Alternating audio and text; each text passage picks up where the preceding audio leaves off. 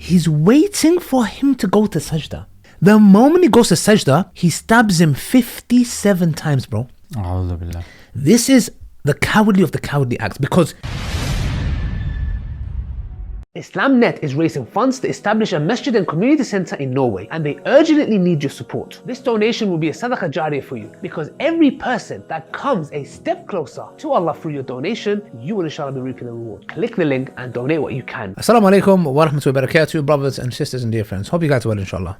Today's video is something that we're going to share with you guys, which you may have heard. I'm assuming most of you guys have not heard. Is of the tragic stabbing to death of a brother called Abu Bakr. Have you heard of this? I haven't, no. I did not even know about it until one of our team members from Salam, Brother Rizwan, sent it to me. I did not even know. And subhanAllah, I was like, why did we not hear about this? This is and the story is so wild because, and it's kind of close to home in the sense of it happened in France. But this is like the project that we're pushing is our Salah project, where we teach people how to pray Salah. This guy walks in, his name is Olivia, the scumbag, dirtbag. He walks in and says to he's like a caretaker, this brother, some say he's Somali, we don't know. And asks him, says that, oh, I'm interested in Islam, can you teach me how to pray? Any brother would jump at that chance and find it an honor to teach somebody. Exactly, it's a sadaqah jariyah, because we talk about this with our charity, teaching someone how to pray Salah, doing wudu, them learning Surah Fatiha. It's a sadaqah jariyah. SubhanAllah, and he goes, yeah, of course. Bro, look at this, bro. Look what kind of a coward. Yeah, that's the epitome. That's Brother. the peak of cowardice. That a person is. Have you shown the video yet? Watch the video, and let's just come. Just quickly watch the video.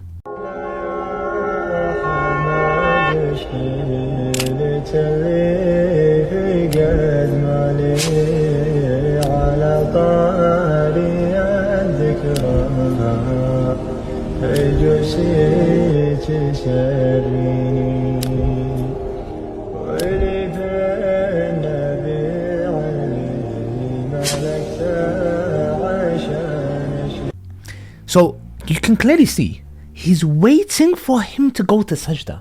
The moment he goes to sajda, he stabs him 57 times, bro. 57 times. This is the cowardly of the cowardly acts, because he knows that brother would have smashed his face. Yes? He waits for him to go to sajda and starts to stab him from the neck. So he's going so he doesn't have any chance to retaliate. Yeah? SubhanAllah, and he kills him. SubhanAllah. And to be honest, he thinks that for Muslims, like what happens in Palestine and Gaza or whatever, like this is an honorable way to die, my friend. Like you think, Sujood, brother, in sajda, teaching somebody how to pray in the hands of somebody who is antagonistic towards the deen, this brother is a martyr. 100%. And guess what? On Yawm al-Qiyamah, where we know where you die, you'll be resurrected, yeah? Imagine that when he lifts his head up, inshallah, Jannah. Yes? SubhanAllah, imagine if you go from sajda, the closest you are to your Lord, to in front of your Lord. Wallahi, what an honorable way to die. You coward. Do you really think you've harmed Islam? You further show. And now the video, I don't want to focus on this, which this is the main focus, it is, SubhanAllah, but where is Andrew Tate? And look, some people might come and think, why are you obsessed? No, let me tell you why I'm obsessed. Andrew Tate, you in 3 separate occasions, attacks that took place by an ex-Muslim, by non-Muslims. Yes, you did what? Blamed, automatically said the perpetrator was a Muslim. 3 instances, so much so Sneeko even called you out. Yes, 3 instances. One when he was going to the PBD podcast with that flipping Islamophobe, what's his name? Flipping Patrick. Pet. He's a pet. He's a little chihuahua, yeah? Okay, that pet. You go onto his show and automatically you come and say another Muslim was under attack. Why are you lying, bro? Why are you lying? Now, this attack happened. Why are you gone quiet, man? The perpetrator is, look, the victim is a Muslim. No sound, brother. I think this is a pattern that we're seeing. Although we're using the name of Andrew Tate, he's the archetype of the type of person that only seems to put certain perpetrators forward to forward a certain agenda. He will always do and put forward certain crimes and certain people that forwards and panders to his far right audience. And some say he went to America, he pandered to the far right, hoping that they would give him a place to stay, and they rejected him. And then then now he's back in the mosque now and trying to win back the Muslim audience that he has physically harmed through his lies, through his pandering. I mean, one of the things that I say is that there are people that have accepted Islam. This guy has, at least a few years have passed, I've never seen the guy pray. I've never seen the guy, do some Islamic action, even though it's a vlog or something, and you inadvertently, you don't do it just to show people, it just happens because you have been embodying certain teachings of Islam or whatnot. I haven't seen any of that, frankly. It becomes second nature. So stuff like, Bismillah before I eat. Certain things, you know what I'm trying to say? He hasn't done it, subhanAllah. And now he's gone quiet. Why don't you talk about this, bro? Why don't you talk about this? And this is disgusting. Look at this articles, New York Times.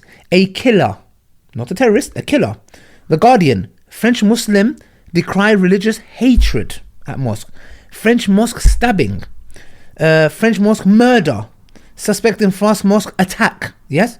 Why is the word terrorism not used here, bro?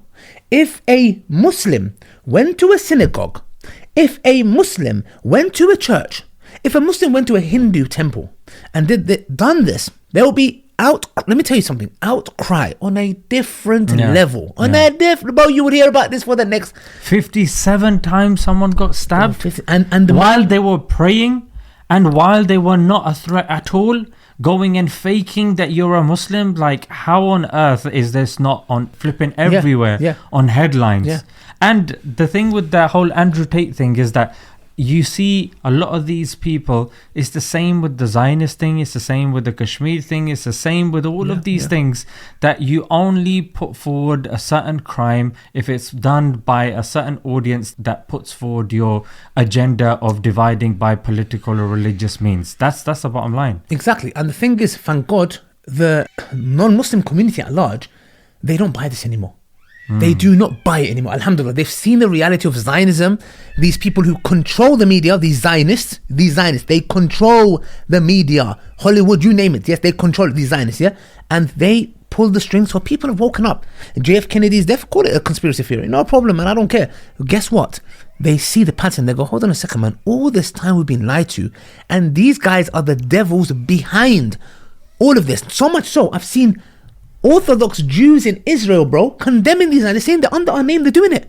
Yes, they're doing it. They're using our name. We're ashamed because real Jews do not. We are exiled. They accept. They follow. At least you give up to them, bro. We've got Jews in Stamford Hill, Rabbi Beck that we know who came to protest, etc. They do not fit in the same category. And the Jewish man we interviewed, remember 2 weeks ago, he was talking about his family abandoned him and boycotted him because he's saying that he said ceasefire.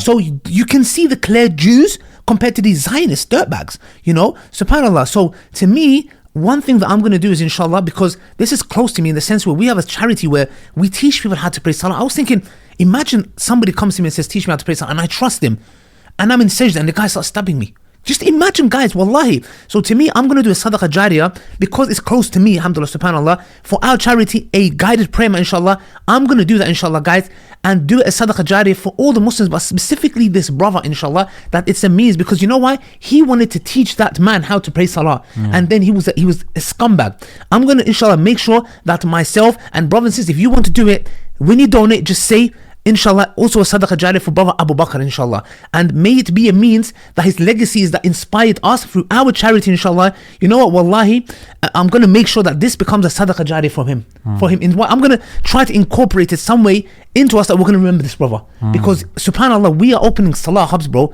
Even we haven't gone France yet. Subhanallah, wallahi, it would be an honor to go, and if we open the salah hub, imagine going to his masjid and open a salah hub there where he would have been one of the instructors that want to teach people how to pray salah. Subhanallah. So may Allah subhanahu wa ta'ala have mercy on him, inshallah, brothers and sisters. And if you want to donate, do a sadaqah jariyah for whatever under his name. It can be for Palestine, it can be for our charity, the Salamat, whatever, inshallah. Go and do it, inshallah, in his name, and for your loved ones as well who's passed away, inshallah. Allah is the most merciful. He would reward you for all of them, inshallah. And for Andrew Tate and his likes, where they are quiet in this matter, tells you everything. You can go to the mosque as much as you like, bro. Let me tell you something. Your dealings with a Muslim speaks volumes.